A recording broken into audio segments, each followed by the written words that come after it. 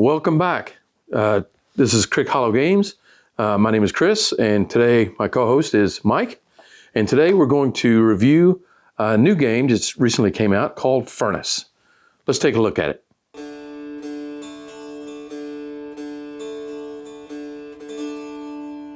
All right, well, let's jump right into it. Chris, you want to tell us a little bit about the game? Sure. Okay, so this is Furnace. It's a game that was created by Ivan Lashin from Arcane Wonders, puts it out. And let me read you a little bit of the game overview. The players take on the roles of 19th century capitalists building their industrial corporations and aspiring to make as much money as they can by purchasing companies, extracting resources, and processing them in the best combinations possible. The game is played over 4 rounds, and each round has 2 phases. The auction and production. During the auction phase, the players bid on companies. The one with the highest bid receives the company, while all lower bids receive compensation, which sometimes can be even more profitable. During the production phase, the players operate their companies in order to gain, process, or sell resources, and eventually upgrade their companies to maximize their profits. The players should optimize their production chain and find the most effective way to gain the most money, as the wealthiest player wins the game. So, I mean, that's a lot there, but as you can see, the first thing I have to say about this game that we purchased this game at Gencon. So when we passed by the booth and we just saw the box art, it catches your eye and sort of what's that? You'd sort of just look at it because really the box art is just amazing. So we investigated and we took a look at it. We thought, yeah, this would be a good game to review on the channel. Okay, so now we're going to take a look at some of the features of the game that we kind of look at to tell if it's a game that we think that you'll like. So the first thing we're going to look at is the hardness. How hard is this game to play?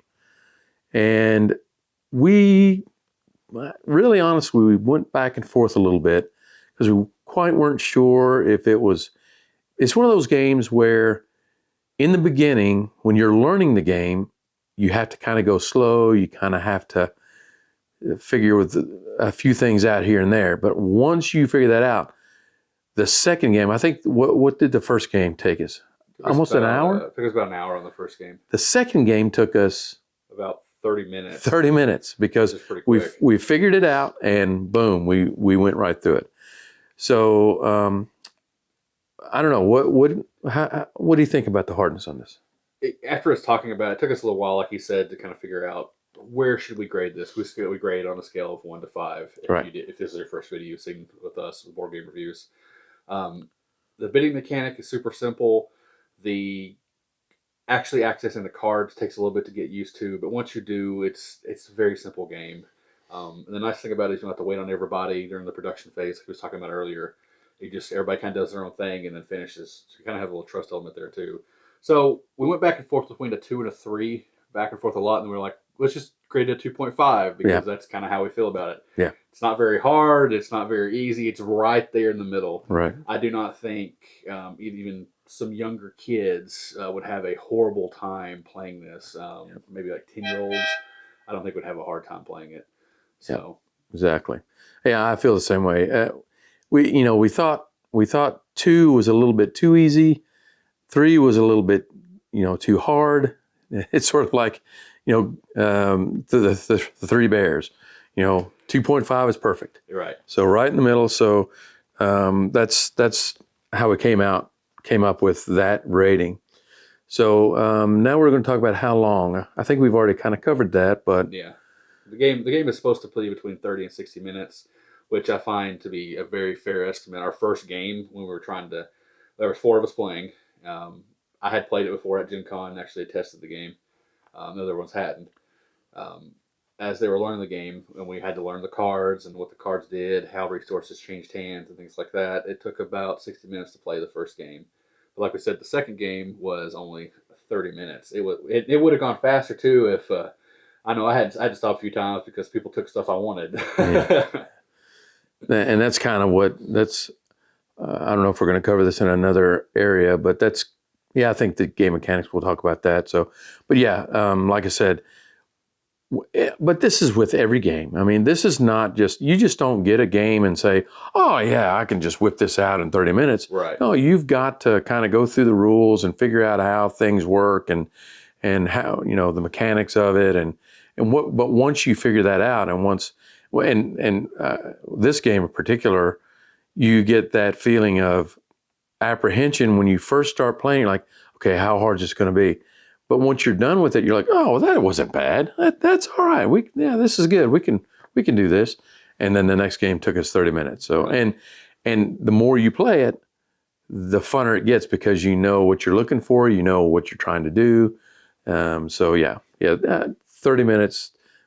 30 to 45 minutes, maybe even 20 minutes. Right. I can see a 20-minute game if everybody knows what they're doing and they're just going through the phases really fast.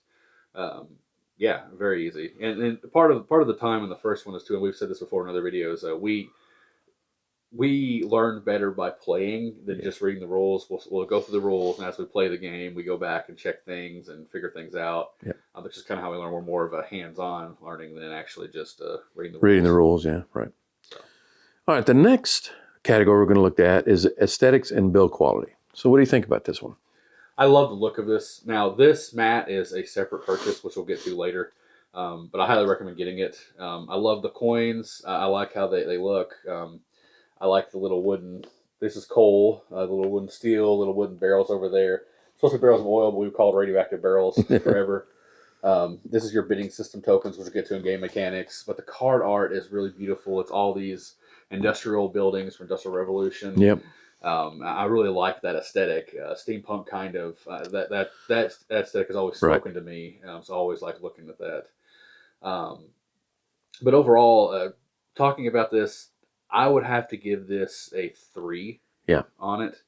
Reason being is there's a few little nitpicky things we have, like the tokens. Not all of them, they're painted, and not all of them are. Some of the paint's chipping off on some of them. Some of the wooden tokens are cracked. So maybe having those be plastic, where it's screen printed on there would be a little bit better, a little more quality. Yeah. That might raise the price up on it though, but I don't think it'd be that much. Yeah. Having these be plastic would be fine, but honestly, I like the little wooden cubes. They work great. Yeah. I'd love to have a metal coin option, but that's just me. Right. It's a very good game. The art is what brings it up to a 3 in my mind. Yeah. And little nitpicky things like this, where this is your turn counter, and as it turns, it just rotates down. That's really cool to me. That just hits my spot. That makes me just love it. Yeah. Anything that does stuff like that is really cool. Yep. I'm kind of the same. The disc, the wooden disc here, some of them are a little bit oblong, and but that could be manufacturing. But like I said, these are very nitpicky things that we're looking at. Right. But if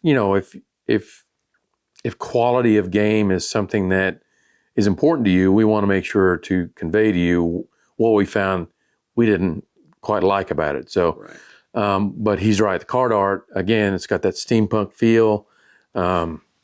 We'll show you some of the card art while we're talking about it. But it's a solid 3 for me out of 5. I think is a good number. Okay, so the next up is game mechanics. What do you think? How do you feel the game mechanics kind of fit the genre, fit this kind of game? I think the game fits really well for this era it's set in. Let me give you a quick rundown of how the game is played. Let me get my thoughts in order. Okay. So the game starts off with everybody getting their basic company card. These are very easy to see because the back is different from all the other backs and all the other cards. This gives you your starting resources, which is at the top. So this card right here I would get a coal and a steel. So that is my starting resources, and this is my starting hand, basically. Then everybody takes turns, starting with the first player. That's the first player token. Bidding. You have 4 of these wooden tokens. Disc. And they graduate down from sizes. So 3 fits on a 4, 2 fits on the 3, and 1 fits on the 2. Right. And the higher the number, the more you're bidding, basically. So say I wanted this first card, and I really, really wanted that card, I would put my 4 on it because that would guarantee me that card. The reason that guarantees that card is that you cannot have the same number on a card or the same color on a card. So that prevents me from bidding on a card again or Chris overriding that bid eventually. Right. But what it does do is he can bid a 2 on top of it. And what that does is on the top of the cards, there is a resource just like you're starting. And if Chris does not win that card, he gets that resource times the number you put on there. So there is 2 coal here. He would get that times 2. And you continue to go through bidding until everybody goes round robin around the table until everybody's run out of chips and you go through. So we start here and be like, oh, Chris gets 4 coal. And then I win the card. And no one bid here, so the card goes away. Here, Chris can take 2 coal turned into 1 barrel one time. He set a 1 on there. I win the card again. Chris just wins that card, and so forth and so forth and so forth.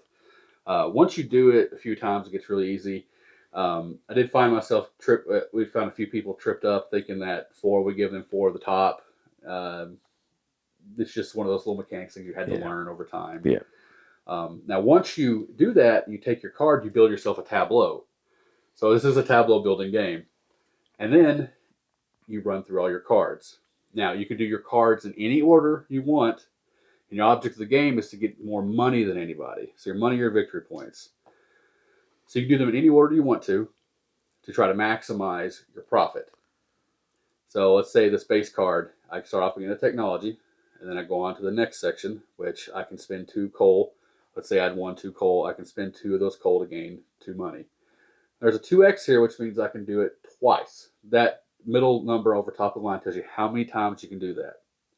Then we get to the bottom, where I can spend a technology and a coal to upgrade a card. What that is these cards here, when you win them, they start off with just 1 face, and this is kind of grayed out. When you upgrade the card, it flips over, unlocking that. So if this card was upgraded, I could turn I could steal twice into 2 money each time, and then I get 3 coal on top of it. So you're kind of balancing your tableau out, upgrading it, trying to figure out the best way to gather enough resources to sell them off to make money. And that is basically the game. You do 4 rounds of that, and whoever has the most money at the end wins. If there's a tiebreaker, the tiebreakers are based on resources, but we never really had that. No. The game mechanics are really simple. The thing that was kind of weird for us is each player takes like a token to show that that's them.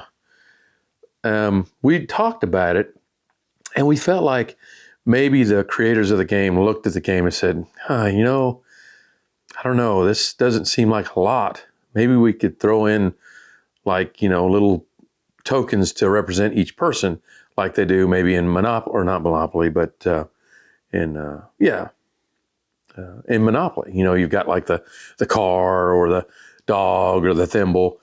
So we kind of felt like this was maybe because these don't do anything. They just sit in front of you to represent you in the game. So we thought maybe it might have been a little bit of a throw in to maybe give it a little bit more aesthetic pleasing item to get you to buy the game. We don't know, but that was kind of a different for us. We've never seen that before, but yes, the aesthetics and the build quality are just awesome.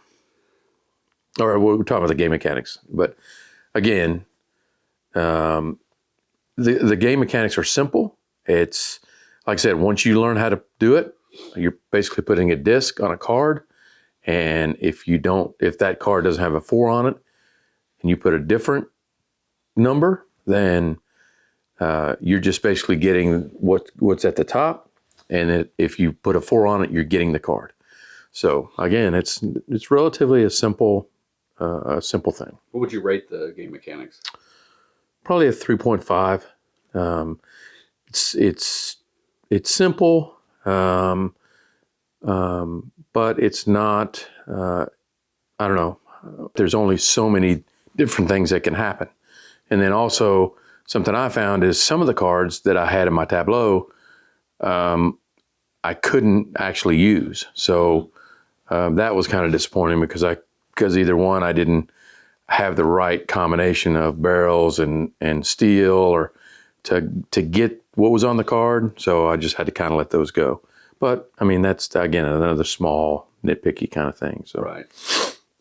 It was a very fun game overall, even with those little nitpicky things, but it just kind of hurt it in our eyes as far as we wouldn't give it like a 4 or definitely not a 5 like we would with some games. Yeah.